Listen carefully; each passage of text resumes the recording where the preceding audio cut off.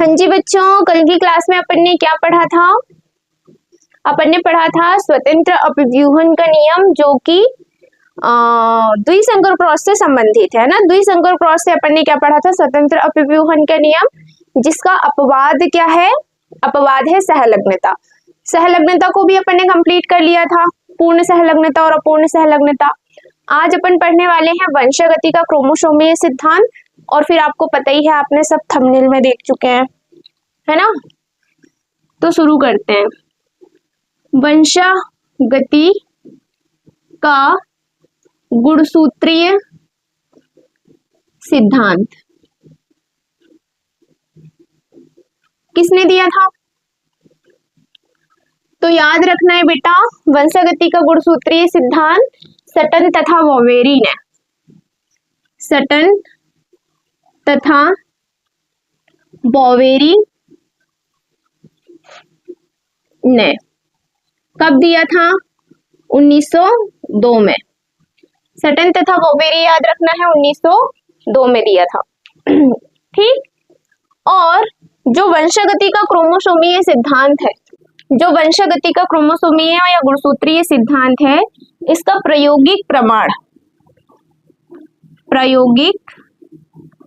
प्रमाण जो है वो अपने मॉर्गन जी ने दिए थे। TH मॉर्गन ने दिए थे। ठीक, याद रख लेंगे। प्रायोगिक प्रमाण किसने दिया था? वंशागति के गुणसूत्रीय सिद्धांत का TH मॉर्गन ने। वंशागति का गुणसूत्रीय सिद्धांत क्या होता है? तो गुणसूत्रीय सिद्धांत ये है कि जो जीन होते हैं वो गुणसूत्रों में स्थित होते हैं। जीन कहाँ स्थित होते हैं? जीन गुणसूत्र में स्थित होते हैं। ठीक। और क्या है गुणसूत्रीय सिद्धांत? कि जीन हमेशा जोड़े में होते हैं। जीन हमेशा जोड़े में होते हैं। अब हमेशा जोड़े में होते हैं तो क्या कभी पृथक्कृत होते ही नहीं होंगे? ऐसा लिख देते हैं, जीन जोड़े में उपस्थित है ना, ये ज्यादा सही है। जोड़े में उपस्थित होते हैं। जोड़े में कैसे उपस्थित होते हैं बेटा? तो ये है अपना क्या? गुणसूत्र। गुणसूत्र के अंदर होता है ये DNA, और DNA के छोटे छोटे खंड ही क्या है? जीन। ये तो देखो, एक अकेला क्रोमोसोम तो नहीं होते, होमोलोगस क्रोमोसोम होते हैं। तो ये एक जीन है और ये एक जीन, तो ये दोनों जीन जो है वो एक ही जैसे लंबाई का जीन है, तो जोड़े में उपस्थित होगा कैपिटल T स्मॉल t। तो जीन हमेशा कैसे होते हैं? जोड़े में उपस्थित होते हैं। तो क्या ये कैपिटल T और ये स्मॉल t कभी अलग नहीं होते? तो आपको पता है कि अपन ने इस तरीके से पढ़े थे, और फिर इनमें गैमेट्स का निर्माण करे थे कैपिटल T स्मॉल t। तो युग्मक निर्माण के टाइम में जो जीन्स होते हैं वो पृथक हो जाते हैं, है ना। युग्मक निर्माण के टाइम में ये क्या हो जाएंगे? पृथक हो जाएंगे। जीन जोड़े में उपस्थित होते हैं। तीसरा, युग्मक निर्माण में क्या हो जाते हैं? पृथक हो जाते हैं। अब युग्मक निर्माण में कौन सी प्रक्रिया होती है? मियोसिस की। तो युग्मक निर्माण में मियोसिस 1 की कौन सी अवस्था? एनाफेज। एनाफेज 1। एनाफेज 1 में ये इनका पृथक्करण हो जाता है ना। इनका क्या हो जाता है? पृथक्करण हो जाता है। मतलब कि जोड़े में जो जीन्स है ना, उनमें से एक ही जीन जो है वो युग्मक में स्थानांतरित होता है, क्योंकि हैप्लॉइड होता है ना युग्मक। ठीक है, समझ गए। वंशागति का गुणसूत्रीय सिद्धांत क्या है? कि जीन गुणसूत्र में स्थित होते हैं, जीन जोड़े में उपस्थित होते हैं। ठीक। अब युग्मक का निर्माण जब होगा, तो युग्मक निर्माण के टाइम में देखो, दो होमोलोगस में से एक ही जाता है। ठीक। तो युग्मक निर्माण में ये मियोसिस 1 के एनाफेज 1 में इनका क्या हो जाता है? जीन्स का क्या हो जाता है? पृथक्करण हो जाता है। ठीक। अब देखो बेटा कि जो अपने मेंडल जी है ना, मेंडल, अपन को पता है 1865 में पब्लिश किए थे इनने अपना काम। मेंडल का जो प्रयोग था वो पब्लिश हुआ था, ठीक, 1865 में। और मेंडल की नियमों की पुनः खोज, मेंडल की पुनः खोज कब हुई थी? मेंडल की पुनः खोज 1900 में हुई थी। किस किसने किया था? Hugo de Vries, Carl Lawrence और एवी सारमार्क, 3 वैज्ञानिक ने किए थे। Hugo de Vries, Carl Lawrence, एवी ही है ना, सारमार्क,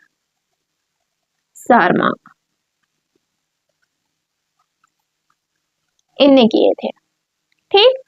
तो जो वंशागति का गुणसूत्रीय सिद्धांत है ना, वो मेंडल के साथ जोड़ दिया गया था। मतलब मेंडल का जब पब्लिश हुआ तो उसके बाद ही ये 1902 में आया। देखो 1900 में मेंडल की पुनः खोज और ये 1902 में आया। तो कह लो कि इनको मेंडल के बारे में जानने के बाद ही गुणसूत्रीय सिद्धांत दिया गया, जो किसने दिया था? सटन और बॉबेरी ने दिया था। प्रायोगिक प्रमाण टी.एच. मॉर्गन ने। अच्छा, गुणसूत्रीय सिद्धांत काय में किया था टी.एच. मॉर्गन ने? तो टी.एच. मॉर्गन ने जो थे ना, वो ड्रोसोफिला में ही किए थे प्रयोग इसके गुणसूत्रीय सिद्धांत के।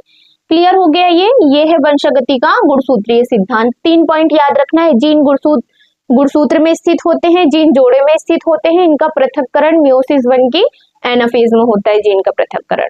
क्लियर हो गया? अब अपन देख लेते हैं कि बहुजीनी वंशागति क्या है। नोट कर लीजिए इसको या स्क्रीनशॉट ले लीजिए। चलिए अब पढ़ते हैं अपन क्या, बहुजीनी वंशागति।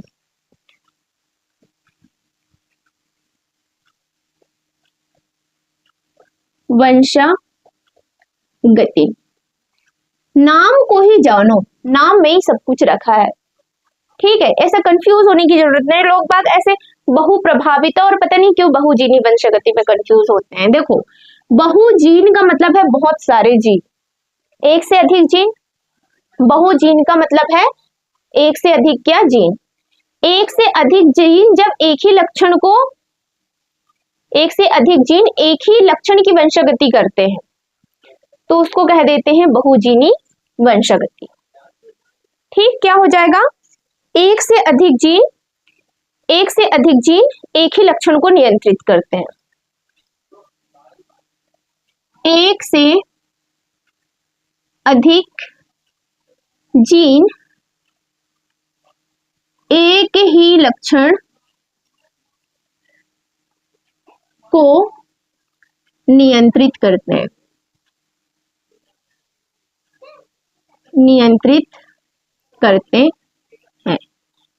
जीन कैसे हैं? एक से अधिक हैं और एक से अधिक जीन एक ही लक्षण को नियंत्रित कर रहे हैं तो उसको बहुजीनी वंशागति कह देते हैं। क्लियर हो गया? अब देखो, एक से अधिक जीन है तो ये मात्रात्मक हो गया, उन जीन की मात्रा पर निर्भर करेगा। तो ये जो वंशागति है वो क्या कहलाती है? मात्रात्मक वंशागति कहलाती है। मात्रा पर निर्भर करता है क्योंकि। एग्जाम्पल क्या है? तो एग्जाम्पल है मनुष्य की त्वचा का रंग।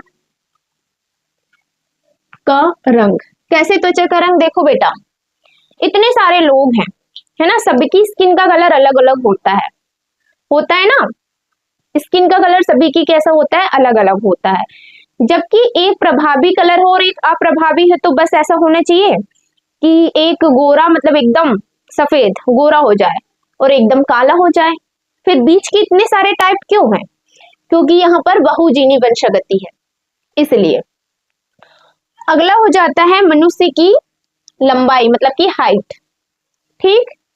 मनुष्य का स्किन कलर हो गया और मानव में दूसरा क्या हो जाएगा? उनकी हाइट या लंबाई। मनुष्य की लंबाई ये हो जाएगा दूसरा, ठीक।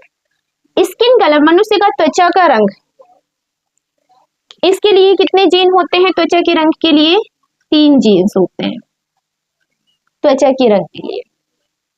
जैसे देखिए, capital A, capital A, capital B, capital B, capital C, 3 genes हो गए। Small a small a small b small b small c है ना, इनके बीच में जब क्रॉस कराएंगे तो अपन को F1 जनरेशन में जो प्राप्त होंगे वो होंगे capital A capital B small b capital C small c, बीच के प्राप्त हो गए। तो देखो ये जो प्रभावी लक्षण वाले हैं इनकी स्किन का कलर कैसा होता है, डार्क होता है ना। त्वचा का रंग यहाँ कैसा है, डार्क है, ठीक। और दूसरे में त्वचा का रंग कैसा होता है, इसमें ये अप्रभावी है तो यहाँ पर त्वचा का रंग कैसा होता है, लाइट होता है। अब देखो जो लाइट त्वचा का रंग है ना वो अप्रभावी लक्षण है, ये अप्रभावी होता है, और ये जो होते हैं वो क्या होते हैं, प्रभावी होते हैं। तुमको पता है मेलेनिन है ना, मेलेनिन के स्रावन के कारण अपने स्किन का कलर कैसा हो जाता है, डार्क हो जाता है। तो मेलेनिन बन रहा है, कोई भी चीज जब बनती है तो वो प्रभावी होता है और बने ही नहीं रहा है तो वो अप्रभावी होता है ना। तो देखिए त्वचा का रंग डार्क और त्वचा का रंग एकदम हाइट लिख दिए, लाइट की जगह, क्यों, लाइट है, ठीक। जब इनमें क्रॉस होता है तो इनके बीच का रंग आ जाता है, क्या आ जाता है, बीच का रंग आ जाता है, जिसको अपन गेहुआ कलर कहते हैं, गेहुआ रंग आ जाता है ना। और देखो अब वहीं पर अपन ले लें, जैसे कि यहाँ पर कैपिटल ए स्मॉल ई आ गया, यहाँ स्मॉल बी आ गया, यहाँ स्मॉल सी आ गया, तब कलर अलग हो जाएगा, मतलब कि इनके अलग अलग प्रकार से इनके मिलने से है ना इनका जो रंग है वो अलग अलग हो जाएगा। ये जो F1 जनरेशन है ना उसके हैं ये। तो अपन यहाँ पर ये देख रहे हैं कि एक ही लक्षण है, लक्षण एक कौन सा है, त्वचा का रंग, एक लक्षण हो गया, और इस त्वचा के रंग को कई सारे जीन नियंत्रित कर रहे हैं, जैसे ये 1 2 3 जीन नियंत्रित कर रहे हैं त्वचा के रंग को। तो ये क्या हो गया, बहुजीनी वंशागति हो गया। क्लियर है बच्चे, स्क्रीनशॉट ले लो इसका। अब पढ़ते हैं अपन बहुप्रभाविता।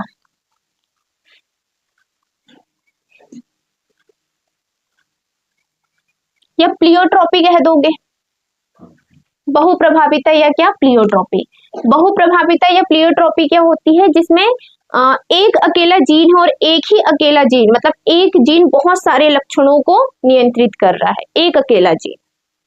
बहुप्रभावी मतलब बहुत सारे को प्रभावित करेगा, एक ही जीन बहुत से लक्षणों को नियंत्रित करता है, तो ये हो जाती है क्या, बहुप्रभाविता। एक जीन एक से अधिक लक्षण को नियंत्रित, एक जीन एक से अधिक लक्षणों का नियंत्रण करता है,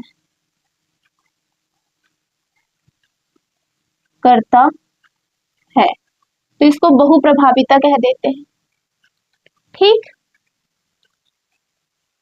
बहुप्रभाविता का एग्जाम्पल क्या हो जाता है, फिनाइल कीटोन्यूरिया, फिनाइल कीटोन्यूरिया पढ़ेंगे अपन, फिनाइल कीटोन्यूरिया क्या होता है आगे, ठीक। सेकंड क्या हो जाएगा, सेकंड हो जाता है उद्यान मटर, उद्यान मटर। उद्यान मटर में एक अकेला जीन है, एक ही जीन है जो बीज के आकार और बीज के अंदर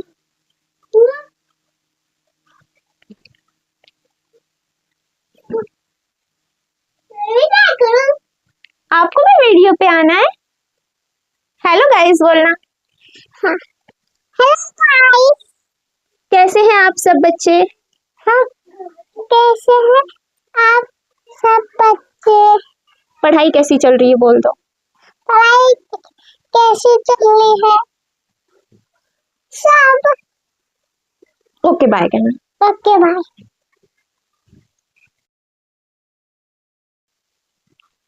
बीज का आकार हो जाता है और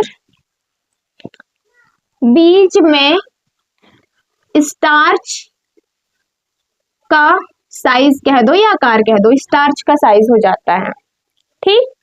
और दोनों का नियंत्रण किसके द्वारा होता है, एक ही जीन के द्वारा होता है। क्लियर हो गया। एग्जाम्पल क्या है इसका, उद्यान मटर, है ना। तो उद्यान मटर में दो प्रकार के क्या होते हैं, दो लक्षणों को नियंत्रित करता है एक ही जीन। कितने लक्षण, दो लक्षण। क्या बताया हमने, एक है बीज का आकार, और दूसरा क्या है, बीज में स्टार्च का आकार, बीज में स्टार्च का आकार, ठीक। तो देखो वीडियो ऑन है ना,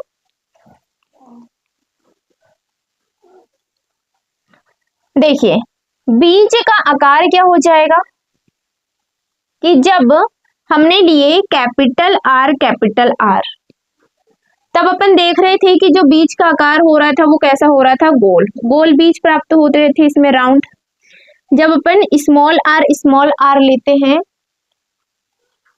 पहले कर देते हैं अपन कैपिटल आर स्मॉल आर, तब भी बीज कैसे प्राप्त होते हैं, गोल बीज प्राप्त होते हैं, ठीक।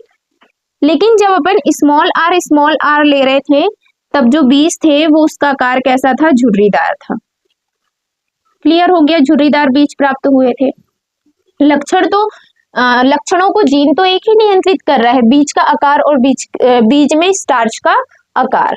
अब देखिए जैसे स्टार्च के आकार में अपन जाए तो कैपिटल आर में स्टार्च कैसा है, अधिक मात्रा में है ना,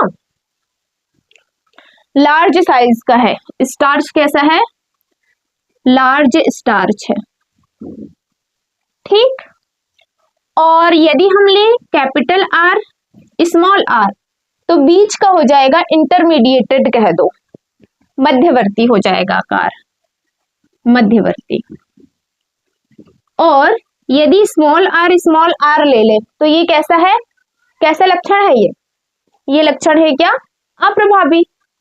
तो स्मॉल साइज का रह जाएगा स्टार्च, स्मॉल साइज का स्टार्च रह जाएगा। तो देखो बेटा यहाँ पर प्रभाविता का नियम का पालन हुआ नहीं है। क्यों नहीं हुआ है, क्योंकि ये प्रभावी लक्षण और इसको अपन अप्रभावी लक्षण माने, तो यदि कैपिटल आर आया है इसका मतलब ये है कि इसी को प्रभावी होना था, तो आकार कैसा होना था, स्टार्च का लार्ज, बड़ा होना था, लेकिन नहीं हुआ यहाँ। तो जब भी पेरेंटल लक्षण F1 जनरेशन में दिखाई नहीं देते, एक भी पेरेंटल लक्षण है क्या कि लार्ज आ गया होगा या स्मॉल, देखो इसके बीच जब क्रॉस कराएंगे अपन कैपिटल आर स्मॉल आर, तो F1 जनरेशन में कैपिटल आर स्मॉल आर प्राप्त होगा, न तो लार्ज और न ही स्मॉल। क्या प्राप्त हुआ, दोनों का मध्यवर्ती प्राप्त हुआ।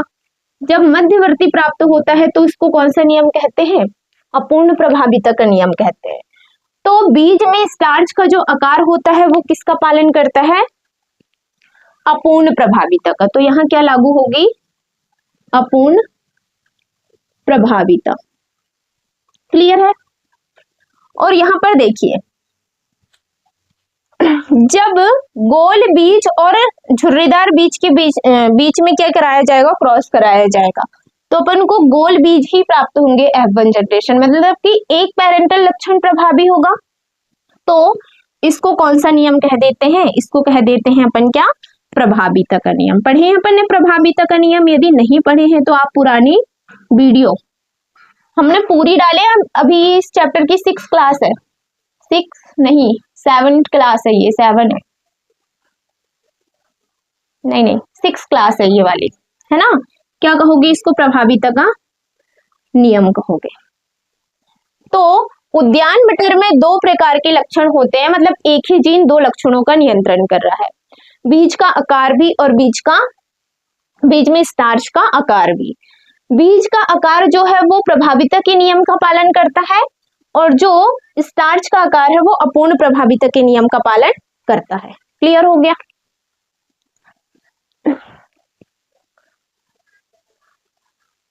तो बच्चों आज के लिए इतना ही। यदि आपको ये वीडियो पसंद आई है तो जल्दी से वीडियो को लाइक कर दो और इसी तरीके से हमारे साथ बायोलॉजी पढ़ना है तो इस चैनल को सब्सक्राइब कर दो। Thanks for watching. Bye bye.